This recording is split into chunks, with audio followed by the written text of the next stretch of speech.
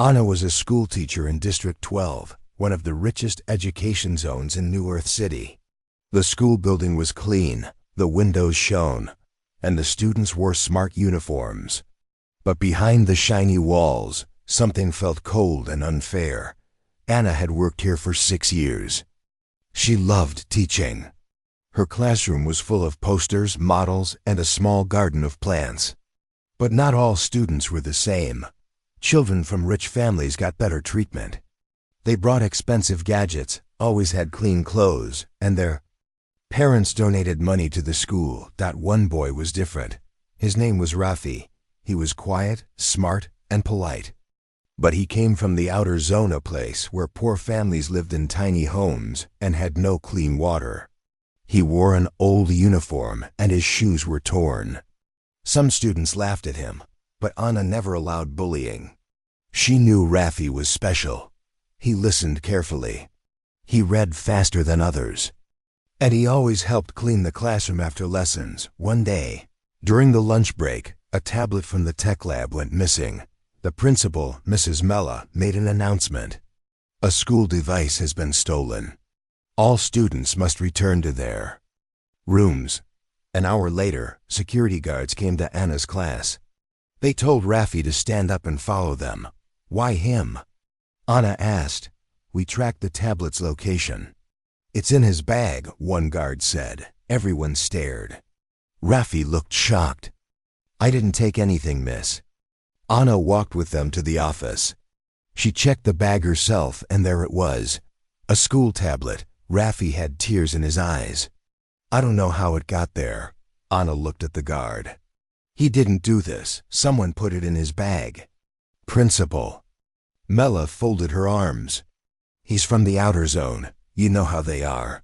Anna felt anger rise in her chest. You cannot judge a child because of where he comes from.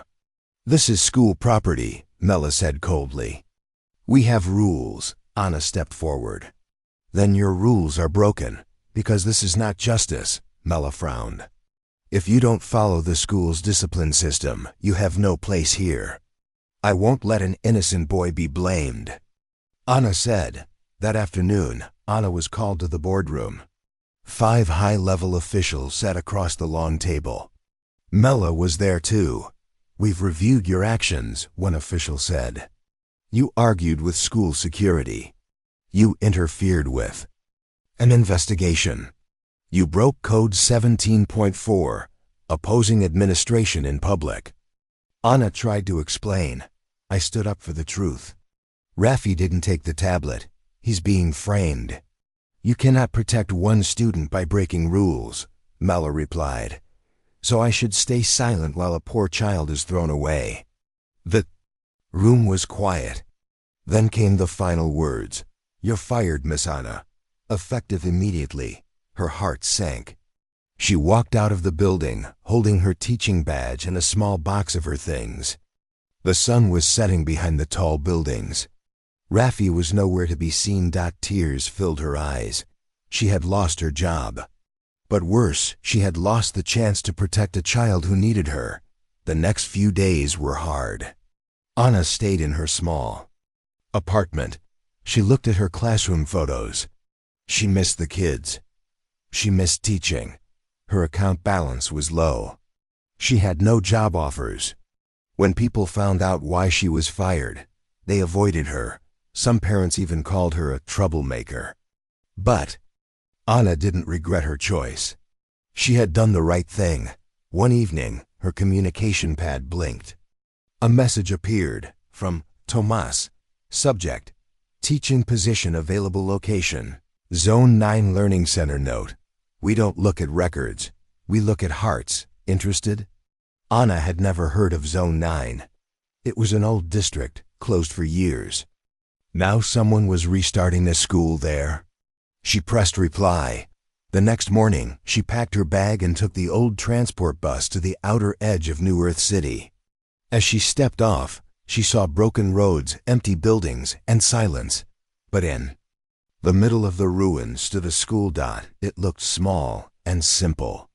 No shiny walls, no high-tech gates. But there was something warm about it. Kids played outside. They were laughing. She entered the main office. A man in a brown coat stood up to greet her. "You must be Anna," he said. Double quotes. "Yes. You're Mr. Tomas?" He nodded and smiled. "Welcome to Zone 9. We need teachers who believe in children. All children." Anna looked around. "You read my file?" He shook his head. "We don't read files. We talk to people." He walked her to the classroom. It's not much. No smart boards. No drones. Just paper, pencils, and curious minds. Anna looked at the small desks. They weren't new. Some chairs were missing. Parts. But her heart felt light. "I'll take the job," she said softly. Mr. Tomas smiled again. "Good, because these kids need you, and maybe the world does too." Anna started her first day at Zone 9 Learning Center with hope and worry mixed in her heart. The school building was old. Its walls had cracks and the paint was fading. But the children's laughter made it feel alive. She stepped into her new classroom. There were 20 students. Most wore mismatched clothes, and some didn't even have shoes. But their eyes were full of curiosity. "Good morning," Anna said with a soft smile. "Good morning, miss." The children replied in chorus, though some shyly hid their faces. Anna began the day with a simple story about a bird learning to fly. The kids listened carefully. She noticed one boy, sitting quietly at the back, sketching something on a torn notebook. After class, she walked over to him. "What's your name?" she asked kindly. "Zine," he said without looking up. Anna smiled. "That's a nice drawing. Is that a robot?" He nodded. "It can fix buildings. I want to make it real." One day, Anna's heart warmed. "Keep drawing, Zine. Maybe one day you will." At lunch, she sat in the small staff room. There were only 2 other teachers, Miss Ronnie, a cheerful woman with bright scarves, and Mr. Darrell, an old teacher who rarely spoke. They greeted Anna with warm smiles. Mr. Tomas entered the room holding 2 cups of tea. He handed one to Anna. "Handled your first class well," he said. Anna sipped the tea. "They're wonderful kids. They just need a little care." "That's why you're here," Tomas said. "This school isn't just a place for lessons. It's a second chance for them and for us." Anna looked at him curiously. "Why did you choose me?" "After what happened at my last school." Tomas leaned back in his chair. "Because I heard what you did. And I believe in people who protect the weak, even when it costs them everything." Anna felt tears behind her eyes, but she blinked them away. "Thank you for trusting me," Tomas stood. "There's something I want to show you, after school." The school day ended with children waving goodbye and some even hugging Anna. It warmed her heart in a way she hadn't felt in a long time. Tomas met her at the gate and led her through a narrow hallway behind the main building. They walked down a flight of stairs into an old storage room. Anna noticed something odd. The walls were clean, and the air smelled like fresh metal. He pressed his palm on a panel, and a secret door slid open. Anna gasped. Behind the door was a hidden lab filled with strange technology. Lights blinked softly. Machines hovered silently in the air. And in the center stood a tall silver figure, an alien. It looked peaceful, with glowing blue eyes and soft gray skin. Anna took a step back. "Don't worry," Thomas said calmly. "This is Velen, a Zoran scientist." Anna's eyes widened. "Zoran? The alien race that helped during the space wars?" Thomas nodded. "Yes, they're not here to fight. They're here to learn. They want to understand what makes humans special, why we help each other, why we feel hope." Anna turned to Velen, who gave a polite nod. "And you think a small school can teach that?" Tomas smiled. "Exactly. The government focuses on power and control. But the Zorans believe kindness, empathy, and sacrifice are Earth's true strengths. That's why they support Zone 9. Anna still couldn't believe what she was seeing. "Why tell me all this?" "Because you're one of us now," Tomas said. "We don't just teach math or science here. We help shape the future one child at a time. Anna looked around the room again. Is Rafi here? Tomas paused, then nodded slowly. Yes, he's safe. After what happened at your old school. He was sent to a labor program, but we rescued him. He's with another learning group right now. You'll see him soon. Anna smiled in relief. Thank you. You protected him, Tomas said. Now it's our turn. The next morning, Anna arrived early. She walked through the halls with new energy. The children were already lining up outside her classroom as she entered. She noticed a new face, Rafi. He looked up at her with a surprised smile. Miss Anna. Tears filled Anna's eyes. Rafi, you're here. They hugged. The whole class clapped, even though they didn't know why Anna started the day with a simple sentence on the board. Everyone deserves a second chance. The class nodded. Days passed, and the school grew stronger. Anna helped Rafi catch up with his lessons. Zine showed her his newest robot design. One girl named Luma, who never spoke before, began reading aloud in class. At night, Anna helped in the hidden lab. The Zorans shared learning tools, devices that help children overcome fear, read faster, and even heal small emotional wounds. Anna used them carefully, always asking questions and making sure they felt safe. But she noticed something strange. Drones were flying near the school. Small ones.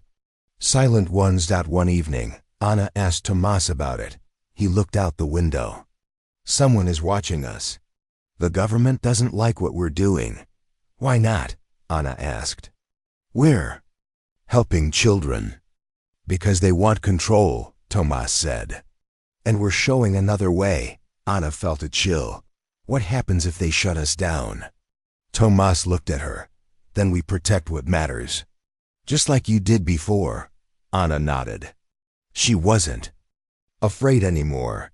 She was ready to fight for her students, not with weapons, but with truth, care, and courage. Anna had been teaching at Zone 9 Learning Center for 3 weeks. Every day brought new joy. The children were learning fast. They shared food, helped each other, and worked hard. But the world outside the school was changing. Small government. Drones kept flying past the windows. They hovered in the sky like silent eyes, watching everything. Tomas told the staff to stay calm. Keep teaching. That is our mission, he said. Still, Anna felt uneasy. One evening, after classes were over, Tomas asked Anna to follow him again. They returned to the hidden lab behind the school. Velin, the Zoran scientist, stood there waiting. We need your help with something, Tomas said. Velin spoke in a soft musical voice. There is a deeper part of this school you haven't seen. Anna raised an eyebrow. Deeper part? Tomas pressed his hand against another wall panel. A second hidden door opened. They walked down a narrow staircase. The air grew cooler. Lights glowed softly on the walls. Finally, they reached a wide underground hall filled with technology more advanced than anything Anna had seen before. This is the observation core, Tomas said. Velin added, we watch, learn, and store. Moments of kindness, courage, and change. We study what makes your people strong. Anna looked around. On one screen, a video played of a student sharing food with a classmate. On another, a child was helping someone read for the first time. You're recording everything? Anna asked. Only inside this school, Tomas explained. This place is a model. We believe the future of Earth can be built on schools like this, where love and learning come before money and power. Anna nodded slowly. This is amazing, but it's also dangerous, isn't it? What if the government finds this? Velin said quietly, they already know something is happening. That's why the drones are coming. Anna's voice dropped. Then what do we do? Tomas stepped forward. We prepare. And we continue teaching. Because the most powerful weapon is not a machine. It is an awakened mind. The next morning, Anna began her class with a strange feeling in her chest. She smiled at the children but kept thinking about the underground lab, During a math lesson, Zine raised his hand. "Miss Anna, why are the drones outside?" The class went silent. Anna thought for a moment. Then she answered honestly. "Sometimes when people don't understand something, they get afraid. The drones are watching because we're doing something different here." Rafi added, "But we're not doing anything wrong." "No, you're not," Anna said. "And we won't stop just because someone's watching." The class clapped quietly. Even Luma, the shy girl, smiled. That afternoon, Anna was in the library when she heard a beep on her communicator. A message appeared. "Urgent. Observation core breached. Come immediately." Tomashi ran to the hidden staircase. When she reached the underground hall, she saw Tomas, Velin, and the other teachers looking at a screen. A red warning sign blinked. "Security breach. Files accessed. They hacked the system," Tomas said. "Someone from inside the school." Anna looked shocked. "One of us?" Velin nodded. "They copied files and sent them to the outer network." Tomas pointed to a data log. "It was sent from a teacher account." Anna's heart sank. "Who?" Before anyone could answer, the door opened and Mr. Darrell, the quiet older teacher, walked in slowly. Thomas faced him. "It was you?" Darrell sighed. "You're playing with forces beyond your control. I've seen what happens when aliens get involved. I thought this was just a school. But it's something more. And the government should know." Anna stepped forward. "You betrayed the children. They trusted you." Darrell looked down. "I didn't mean to harm them, but Earth should lead itself, not aliens." Velin's eyes glowed softly. "We do not control, we only support," Tomas nodded. "You were free to leave, but you chose to destroy instead." "I just wanted the truth out," Darrell whispered. Tomas looked at Anna. "We must act now. The government will send someone, soon." Anna clenched her fists. "Then we protect the school." That night, the teachers met in the staff room. Miss Ronnie brought maps. Tomas explained a plan to secure the main building and protect the students. Anna had one idea. "Let's tell the world our story first, before they do." Tomas looked at her. "You mean go public?" "Yes, the truth is powerful. If people see what we're doing, they might stand with us." Velin nodded. "She is right. Human emotion spreads faster than fear." They agreed to record a message, a video, to be shared across every human communication network. Anna sat in front of the camera. She spoke from the heart. "My name is Anna. I'm a teacher. I was fired from my old school for protecting a poor child. I came to Zone 9 where no one wanted to teach. But here, I found real learning. Real hope. We are not training rebels. We are building minds. If you believe in kindness, in second chances, in justice for every child, then stand with us." Velin sent the message to trusted channels. It began spreading fast. By morning, thousands had watched it. People started talking. Some even sent messages of support, but danger was still coming. Early the next day, Tomas called an emergency meeting. "They're sending agents. Within 2 days." Anna looked around the room. "Then, we use those 2 days to prepare. We teach, we protect the students, and we stay calm." Tomas smiled proudly. "That's why you're here, Anna." Outside the school, more drones flew. But inside, the light of learning still burned. Zine finished his robot sketch. Rafi helped 2 younger students learn letters. Luma stood at the front of the class and read a full story aloud. Anna watched it all, her heart strong. This wasn't just a school anymore. It was a movement. The sun rose slowly over Zone 9 Learning Center, casting golden light over the schoolyard. Anna stood near the gate, watching the children arrive. Their faces were full of hope, even though trouble was coming. She looked up. 4 government drones floated in the sky, still and quiet. They had been there all night. Tomas joined her, holding 2 cups of tea. "They're getting closer," he said. Anna nodded. "But the children don't seem afraid." They trust us, Tomas said. That's why we can't fail. They both turned to watch the students line up. Some walked with confidence, others looked shy. A few were new children from nearby. Zones, sent by parents who had seen Anna's video. We're getting new students every day, Miss Ronnie said from behind. Some haven't been to school in months. Anna looked at her. Then we have work to do. In the classroom, Anna welcomed the new students. One boy named Miko refused to sit. He stood in the corner, arms crossed, eyes full of anger. Would you like to join us, Miko? Anna asked gently.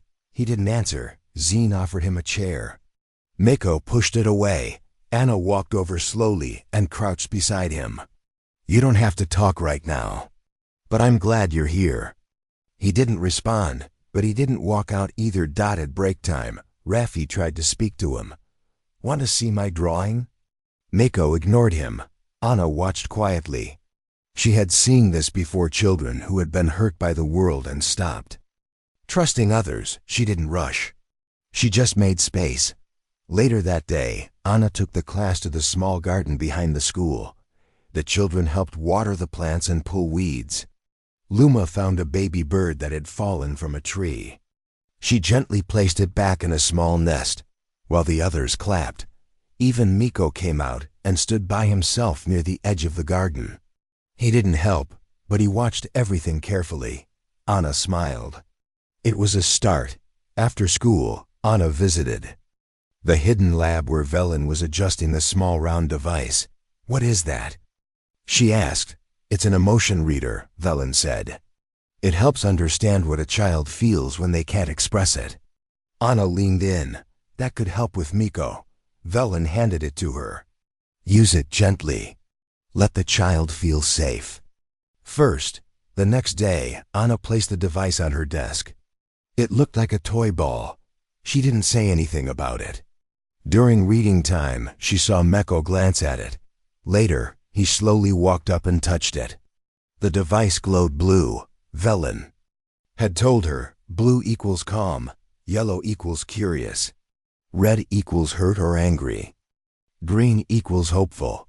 When Miko touched it, the light blinked between red and yellow. Anna didn't say a word. She just nodded and continued teaching. From that day, Miko started sitting at the edge of the group. Then, slowly, one day he answered a question. Another day, he joined Raffi during a science activity. One afternoon, he handed Anna a paper with a few rough words written in pencil. Thank you for not asking me to talk. She folded the note carefully and placed it in her book. She didn't say much, but her heart felt full. While the children made progress, trouble outside the school continued to grow. Thomas gathered the staff for a meeting. The government has sent an agent, he said. They'll arrive within a week. They may try to shut us down. Anna asked, Can we move the students? Velen shook his head. No, but we can protect them with truth. Miss Ronnie said, Then we show them what real learning looks like. The teachers agreed to host a school day broadcast, a full day of live teaching, streamed to every network they could reach. It would show the world what Zone 9 really was. On the day of the broadcast, Anna wore a simple blue dress. The students wore their best clothes, though most were still old and torn. But their smiles were brighter than uniforms. Cameras placed by Velen floated quietly in the air, filming every corner of the school. Anna began her class with a question. What does it mean to be human? Raffi raised his hand. It means to care about others, Zine said. To imagine, to build. Luma whispered, to love. Then Miko stood up. Everyone looked at him. He said in a clear voice, Being human means getting another chance. Anna blinked back tears. The broadcast moved through each classroom. The world saw children helping each other, learning science, building small machines, telling stories, and even solving puzzles made by Zorans. Velen spoke briefly on the broadcast, saying, These children are the future. They are stronger than weapons, faster than machines. They are the soul of your world. The response from the public was fast. Messages poured in from across the planet. This is real education. My child should be in a school like this. Zone 9 must be protected. Even some government officials spoke in favor of the school. But the danger was not over. That night, Thomas called Anna to his office. He looked serious. They're coming in 2 days. The raid will happen. They still think this school is a threat, Anna asked. What will we do? We stay strong. We keep teaching. We show them our hearts. Velen stepped forward. And we let the children speak for themselves. Anna nodded. If they hear the truth from the children, maybe they'll finally listen. The next morning, Mikko came early. He helped clean the classroom. He even smiled once. Anna walked over and handed him something, a copy of the note he had written her. He looked surprised. She said, "You gave me your words. I'm giving them back to remind you you changed because you chose to." Mikko folded the note and put it in his pocket. "I'm not afraid anymore." Anna smiled. "Good," she said. "None of us should be." Zone 9 Learning Center was becoming more than a school. It was a symbol of hope. People across the city were talking about it. Anna's classroom had more students every day. Some families came from far zones, even walking for hours just to bring their children. The school was full of life, but the teachers knew the danger had not passed. "They will come," Thomas reminded them. "They are only waiting for the right moment." Still, the teachers continued to teach, and the children continued to learn. But something strange began happening. One morning, Anna found a camera in her classroom facing the corner of the board. It was not one of Velen's cameras. It had a government logo on it. She called Thomas immediately. "They're watching more closely now," Thomas said. "We need to be careful. Should we stop?"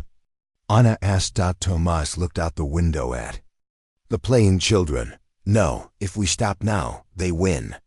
2 days later, Miss Ronnie came into the staff room looking worried. She held a printed report in her hand. "Someone downloaded all student records," she said quietly. "Names, backgrounds, everything." Thomas took the paper and read it quickly. "Who did this?" Miss Ronnie pointed to the login details. The access had come from a staff account. Anna's heart dropped. "Not again." Thomas narrowed his eyes. "We already lost Daryl. Could there be another?" They decided to check quietly. Thomas and Velen ran a trace. It led to one name. Mark. Mark had joined as a new science teacher only 2 weeks ago. He was polite, quiet, and always on time. But now things made sense. He never asked questions. He avoided talking about his past. And he spent more time in the storage room than the lab. Thomas called a meeting with Anna and Miss Ronnie. "We have to be smart," he said. "If we confront him too soon, he may alert the government."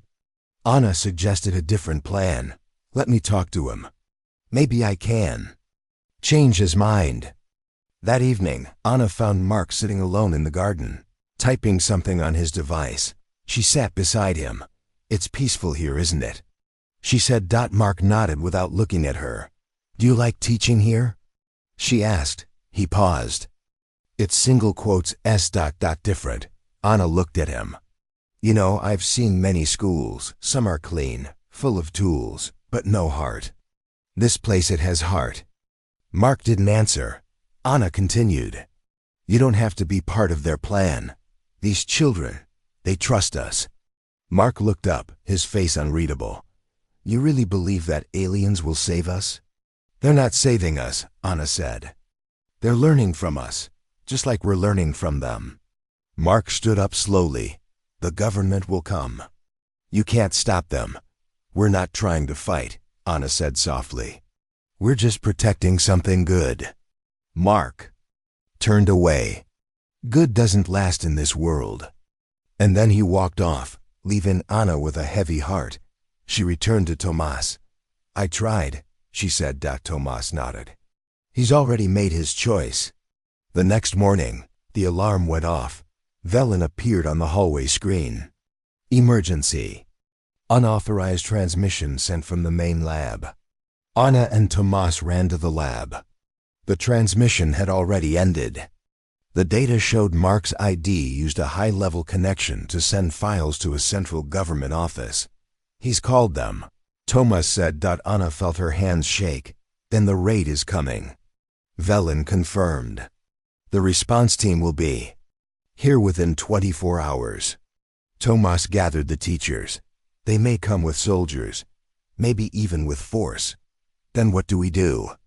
Miss Ronnie asked. We don't run, Tomas said. We stay. We stand. Anna stepped forward. Let the students speak. The world saw their light once. Let them show it again, Velen nodded. Let us prepare the final broadcast.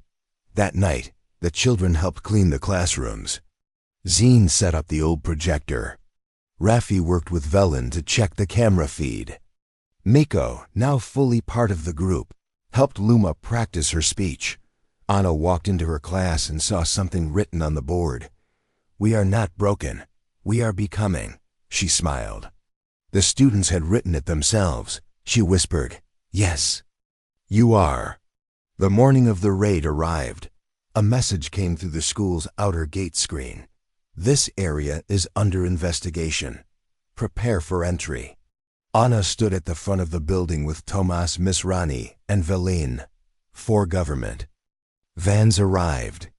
Soldiers stepped out, followed by 2 tall officers in dark uniforms. One carried a scanning device. The other had a removal order in his hand. You are operating an illegal learning center, the lead officer said. This is a school, Tomas replied calmly. A place of growth and peace. You're using alien tech. You're spreading foreign influence. Anna stepped forward. We're teaching children. Isn't that what schools are for? The officer ignored her and gave a signal. More soldiers approached the doors. But then the doors opened from the inside, and the children came out, one by one. They walked into the sunlight. Luma held a speaker device. Her voice was small but steady. We are students. We learn with our hearts. We help each other. Please, don't take that away. Zine raised his robot model. This is what I made here. It doesn't hurt anyone. It helps fix things. Rafi pointed to the garden. We grew food together. We took care of birds and bugs. The school saved us. Meko stepped forward. I was angry. I didn't talk. But here, I learned to trust again. The soldiers paused. Even the officer lowered his scan device. Velen stepped forward last. These children are not your enemies. They are your future. A crowd had gathered outside the fence. Parents, neighbors, reporters. They had seen the live stream. Now they stood in silence, watching. The officer looked around, unsure. Tomas said, You came looking for danger. But all you found is hope. Anna looked into the officer's eyes. Now make your choice.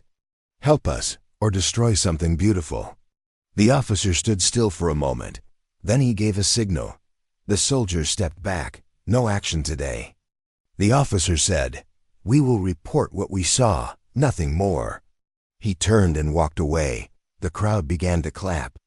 Slowly at first, then louder. Cheers filled the air. Anna looked at her students. They had done it. They stood tall, together. And the world had listened. The schoolyard was quiet after the government officers left. The children stood still. The teachers stood in silence. Even the wind had stopped for a moment, as if waiting to breathe again. Then came the sound of clapping. One person. Then 2. Then the whole crowd outside the school fence began to cheer. Anna looked at Tomas. He was smiling for the first time in days. We're still standing, he said. Anna nodded. Because of the children. The soldiers had backed down for now, but Tomas knew the fight wasn't over. The higher officials won't forget this, he told the staff later. They may come again. Next time with orders to shut us down completely. Then we make it harder for them to do that, Anna replied. We make the world see us, really see us. Velen, standing near the projector, said softly, "The galaxy is already watching." The next day, Zone 9 Learning Center was more alive than ever. News teams began arriving outside.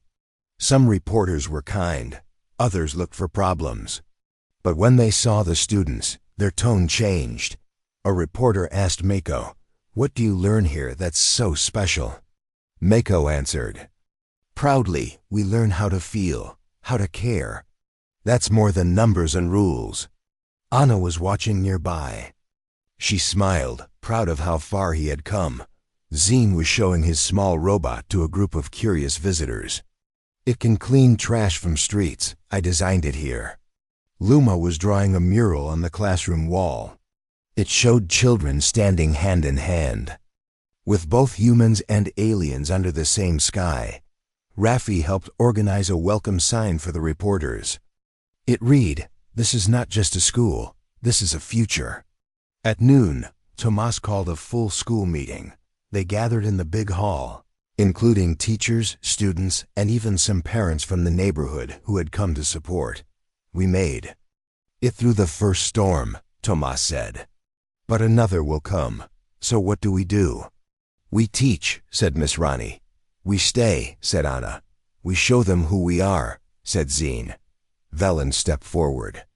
"Then let us prepare for a day of unity. One day where the entire planet, and even beyond, can witness human spirit at its best." They named it Unity Day. It would be a full broadcast classes, stories, science, music, kindness. The children would lead it. The teachers would guide. Velen and the Zorans would support from behind. The goal was simple: show that learning with love could change the world. The next few days were busy. Anna helped Miko write his first short speech.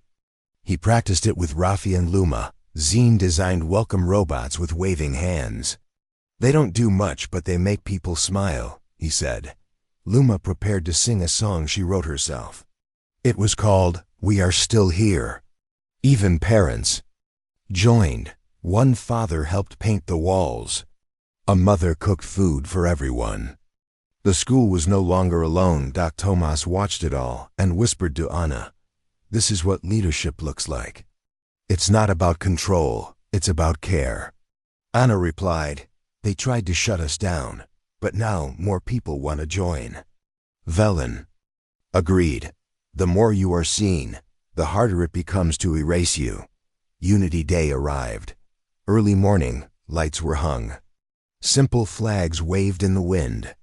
Velen's floating cameras were ready. The broadcast was connected to every open network. Anna stood at the front gate, dressed in a clean white shirt with a small Zone 9 pin. The student stood behind her, excited and a little nervous. Tomas spoke first. "Welcome to Zone 9, he said to the camera.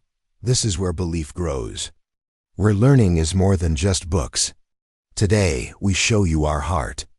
Then the program began. Raffi told his story, how he was blamed in another school, and how Zone 9 gave him safety. Zine showed how his robot worked, cleaning small plastic pieces from the floor. "We need to fix the world. This is my start," he said. Meko stood at the center of the yard and read his speech. "I was angry. I didn't want to talk. But here, no one forced me. They waited. They believed in me. Now I believe in myself." Luma sang her song. Her voice was soft but steady. "They said we were broken. They said we were wrong. But we are still standing, and we are still strong." People around the world watched. Some cried. Some clapped. Some, even from high-level offices, began to ask, "Is this really the place we were told to fear?" But not everyone was happy. Inside a government office, a group of officials watched the Unity Day broadcast with tight faces. "We have lost control," one of them said. Another added, "We must shut them down soon, or the people will start copying this." But one younger officer, who had seen the raid himself, spoke up. "They're not a threat. They're a light." The room went silent. Back at Zone 9, the celebration continued. Children danced. Parents brought food. Tomas shared stories from other planets. Even Velen stood on stage and said, "Your world has something we do not. Your spirit, it may lead the stars one day." As the sun began to set, Anna stood on the roof of the building and looked at the city beyond. She saw a long line of people walking toward the school. Some held signs, some held flowers. All of them came in peace. They weren't just visitors. They were supporters. Anna turned to Tomas, who had joined her on the roof. "We didn't just survive," she said. "We grew." Tomas nodded. "And we're not done yet." Suddenly, Raffi ran up with a message tablet. "It's from the Central Council," he said, breathless. Tomas opened it. "The council is sending representatives. They want to speak with us. They want to learn about Zone 9, Anna smiled. "Then maybe change has really begun." The sun shone brightly over Zone 9 Learning Center as the day of the meeting arrived. The air buzzed with excitement and nervous energy. Children, teachers, and visitors gathered in the schoolyard, ready to welcome the representatives from the Central Council. Anna stood near the entrance, holding Raffi's hand. He was smiling, but she knew he still carried memories of the hard times he had faced. "We're ready," she whispered. Tomas arrived beside her, calm and confident. This could change everything. A sleek transport hovered over the schoolyard, shining in the morning light. 3 officials stepped out. Their clothes were formal, but their faces showed curiosity more than authority. The head representative, a woman named Ms. Laura, approached Anna and Tomas. "We have heard much about your school," she said kindly, "and the world is watching." Anna smiled. "Thank you for coming. We believe every child deserves a chance to learn, no matter where they come from." Ms. Laura nodded. "That is why we are here, to understand how you do it." The meeting was held inside the main hall, decorated with paintings and drawings made by the children. Anna, Tomas, Velen, and the staff explained how Zone 9 was different, how the school focused on kindness, second chances, and learning from both humans and Zora. Ms. Laura listened carefully. She asked questions about the teaching methods, the technology, and the community support. When it was the children's turn, Raffi spoke first. "I was blamed for something I didn't do," he said softly. "But here, I learned to trust again." Miko stood beside him, holding a drawing of a bright sun. "I was angry, now I'm happy." Luma sang a short song. Her voice filled the room with hope. Zen showed his robot, explaining how it helped clean the city streets. Ms. Laura smiled. "You have built more than a school. You have built a family." After the meeting, the representatives toured the school. They visited the classrooms, the garden, and the secret underground lab. Velen showed them how Zoran technology helped children learn better and heal emotional wounds. At the end, Ms. Laura turned to Tomas and Anna. "We want to support you," she said. "Zone 9 will become a model for schools across the city and beyond." Anna felt tears in her eyes. "Thank you. We only want what's best for the children." News of the meeting spread quickly. The government released a statement praising Zone 9 as a new way forward for education. Other schools began to visit, curious to learn from Anna and her team. Families who had been too afraid to send their children to school started returning. Small school in the outer zone became a shining example. One afternoon, Anna sat in her classroom, watching the children play outside. Raffi was helping Zine fix a broken bike. Mako was laughing with Luma as they planted new flowers. Anna felt a deep peace she hadn't known in years. Thomas joined her. "You changed the world," Anna smiled. "We did it together." Months passed, and Zone 9 grew. More teachers joined. The buildings were repaired. Gardens blossomed everywhere. The children's laughter filled the air. Anna knew the road ahead would not be easy. There would still be challenges and hard days, but she also knew this: when people come together with kindness and courage, they can change even the darkest places, and Zone 9 was proof. One evening, Anna stood on the roof again, looking at the stars. Velen appeared beside her. "The galaxy is watching," Velen said softly. Anna nodded. "And we are ready." Together, they looked up at the sky, knowing a new chapter had begun, not just for Zone 9, but for all of humanity.